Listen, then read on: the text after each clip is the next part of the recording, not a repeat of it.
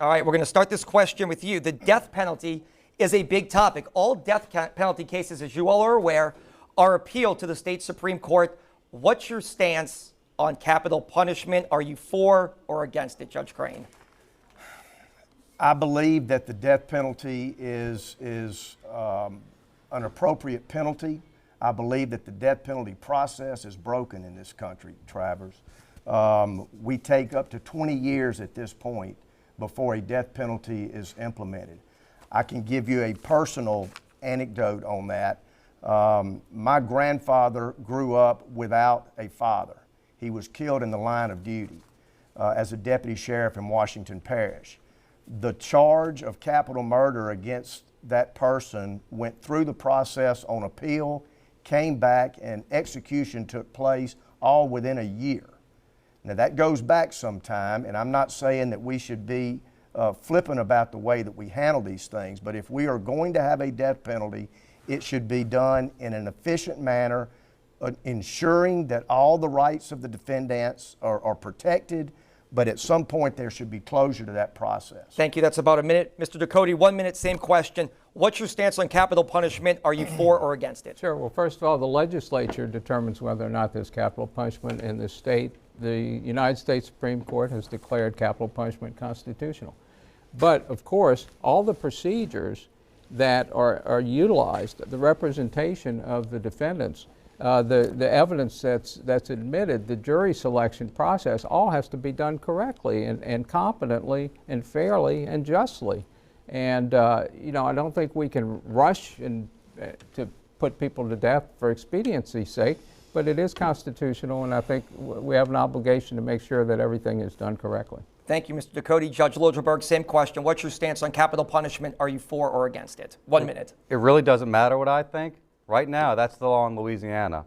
I'm the only judge and the only candidate here who's actually handled capital cases. I've had 2 capital cases. In one of them, the jury imposed the death penalty. I carried out a death sentence. I mean, I imposed a death sentence. So that case has gone before the United States Supreme Court, and I agree with what these gentlemen said. It's very important. I mean, you got somebody's life at stake potentially, so you got to make sure the trial judge did everything right. The United States Supreme Court has tested my competence as a judge and said, in the most serious of cases, this guy did the right thing, and they affirmed my decision. Thank you, Judge Liljeburg. Judge Schlegel, same thing. 1 minute. What's your stance on capital punishment? Are you for or against it? 1 minute. Again, as a judge, my personal opinion is not relevant. It's apply the law as written, not as I wish it was written. As a former prosecutor, I've handled over 1,000 criminal cases. I've handled many, many different life sentences and tried a lot of murders and child rapists, and it's our job as a judge to apply the law as written, not as we wish it was written. All right, we'll start this question with you. 1 minute. It's a big topic here in Louisiana right now. Abortion. In your opinion, is abortion settled law? And if not, why? You have 60 seconds to answer that. Again, these are great questions, but as a judge, our canons do not allow us to go on and talk and espouse these different issues regarding abortion and the death penalty. Look, I was as an advocate, I was an allied attorney with the Alliance Defense Fund, so I understand and appreciate all these arguments very well. As a judge, it is my job to apply that law, consider U.S. Supreme Court precedent, and look at each case individually and make the best decision. All right, thank you, Judge Schlegel. Judge Liljeburg, 1 minute, same question. Abortion. Is abortion settled law in Louisiana? And if not, why? 1 minute. We can't opine on the law as judges because as you know, the governor just signed a law into effect with one of the strictest anti-abortion laws in the United States. So that probably will end up before the Supreme Court or end up before us. So I can't opine on it. What I can tell you, as I've demonstrated to you that I'm open to life. I have 7 daughters. Before I was a judge, I was in Louisiana Lawyers for Life. So I can't opine either way, but I think that I've walked the walk. All right, Mr. Ducote, 1 minute, same question. Is abortion settled law in Louisiana? And if not, why? You have 1 minute. Well, the legislature, again, just passed the heartbeat bill, and it's actually tied to the future interpretation of the constitutionality of that issue by the U.S. Supreme Court. I have actually written laws to prevent the murder of babies. I'm the only candidate here who's devoted their life to the protection of abused kids and abused women. I think clearly life is very precious. I've devoted 41 years to that, and the constitutionality of the law will come before us. But if you look at my background, what I've done for 41 years, these are all things that I certainly will take to the bench. All right, Mr. Ducote, thank you. Judge Crane, same question, 60 seconds. Is abortion settled law in Louisiana, and if not, why? Travers, my moral and my religious beliefs require that I be pro-life. The oath that I take as a judge requires that I support and defend the Constitution and laws of this state and this country. And the United States Supreme Court has said that we can regulate but not eliminate abortions. So that is the challenge that falls upon us as judges, is to determine whether particular legislation is a regulation as opposed to an elimination of abortion. That issue, I would agree with my colleagues, we can't speak directly to, but that is the challenge that's before us. My personal and private beliefs will not interfere with my ability to perform my oath as a judge. All right, thank you, Judge Crane. We are wrapping up here. So in about 30 seconds, if you can answer this question, maybe less possibly, do you support the state's decision to have unanimous jury verdicts? Yes or no, and why or why not? In about 20 seconds, we'll start with you. I did support it. I actually handled a case at the trial level that I was faced directly with that, and I chose to go with a unanimous verdict in that case. I believe it was the right thing. I don't believe that there were sufficient justifications to support it, and we were only one of 2 states, I believe, in the country that were requiring unanimous verdicts. So I did support that. All right, thank you, Judge Crane. Mr. Ducote, same question. Yes or no, do you support the state's decision to have unanimous jury verdicts? And in about 10 or 20 seconds, if you could explain your decision. Yeah, yes, sir. You know, a conviction for a crime requires proof beyond a reasonable doubt.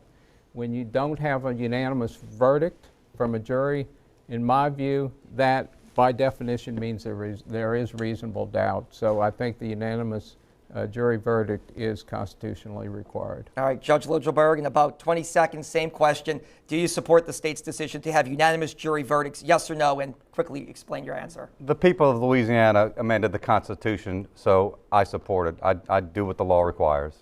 All right, Judge Schlegel, same question. I agree. Again, all these questions are wonderful questions and they're completely relevant, but as judges, it's our job to apply the law as written. The legislature are the one that determine those laws. That has been presented to the people of Louisiana, and they have voted that the jury verdicts should be unanimous in criminal cases, and it's actually before the U.S. Supreme Court as well. All right, Election Day is on October 12th. We are wrapping up here. We're going to give you all a chance to make a closing statement. Since we started with you, Judge Crane, we'll start with you, Judge Schlegel. You have about 40 seconds or so to make a closing statement why you feel you're the best candidate for the state Supreme Court. I believe I'm the best candidate for the Louisiana Supreme Court because I have a vision to reimagine our system of justice. For far too long, it's been inefficient and ineffective in certain areas. As a civil attorney, I understand how long it takes to get through the process, so I've instituted a number of different technologies such as online calendaring, text and email reminders, so that we can get people through the process. From a criminal justice perspective, I've developed many different programs to actually hold folks accountable, but also care enough to help and watch them succeed so they have a real opportunity. As the victim of a violent crime, I know what happens in a failed system of justice. And as a district court judge, I've also been able to stagger dockets so we can make the system more efficient, more effective. Conservative, smart, efficient justice. That's what I will bring, and I appreciate your vote on October the 12th. Thanks, Judge Schlegel. In about 40 seconds, Judge Liljeburg, you have a chance to make a closing statement. You've heard all of us speak today, and you've heard us all say essentially the same thing. We're all kind of cut from the same cloth. So what separates me from the pack? I'm the only judge that served as a district court judge for 10 years. You promoted me to the appeals court, where I've served for 7 years. I served a full term on the district court, served for 10 years total, now 7 more years after you promoted me there. I'm asking you now, after having served 17 years in the judiciary, more experience than all these guys put together, to promote me to the Supreme Court. This race is kind of simple. It's like Goldilocks and the Three Bears. I'm not the oldest in the race. There are 2 guys older than me together that have less judicial experience. There's 1 guy significantly younger than me that has a lot less experience than I do. And I kind of feel like I'm Goldilocks. I'm just right. All right, thank you, Judge Liljeburg. Mr. Ducote, you have about 40 seconds to make a closing statement. Sure. This is why you should vote for me. First of all, independence. No money being financed into my campaign by people who have a vested interest in these decisions. Totally independent. Second of all, experience. As Hans pointed out, I have more experience in the practice of law. Will, to my right, I have 8 more years in the courtroom and in the legal profession than he does. Scott, to my far left, was a year old when I started practicing law. 46 states, I've won all sorts of honors and awards for my work.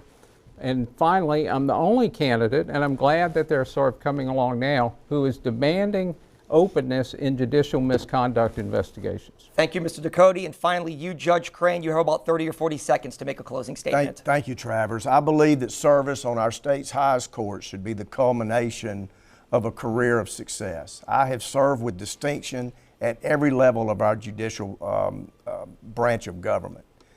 The 300 opinions that I have authored as a Court of Appeal judge confirm my core belief that as judges we must interpret the law, not legislate. I have been endorsed by business and labor.